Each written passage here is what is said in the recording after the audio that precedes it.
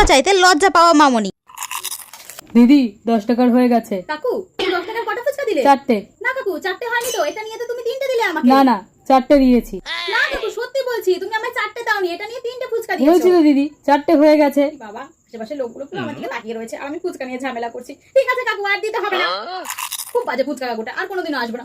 আর ঝগড়া করে ফুচকা খাওয়া মামনি। দিদি 10 টাকার হয়ে গেছে, আর দেবো? 10 টাকার হয়ে গেছে? তুমি তো 10 টাকার 5টে ফুচকা দাও, আর এটা নিয়ে তো 4টে হলো। 5টে হয়ে গেছে দিদি। তুমি আমার 5টে দিয়েছো? তুমি না মনে হয় অঙ্কের কাঁচা আছো, জানো তো? এই নিয়ে তুমি আমাকে 4টে ফুচকা দিয়েছো, 5টে ফুচকা দাওনি। আরে 5টেই দিয়েছি আপনাকে দিদি।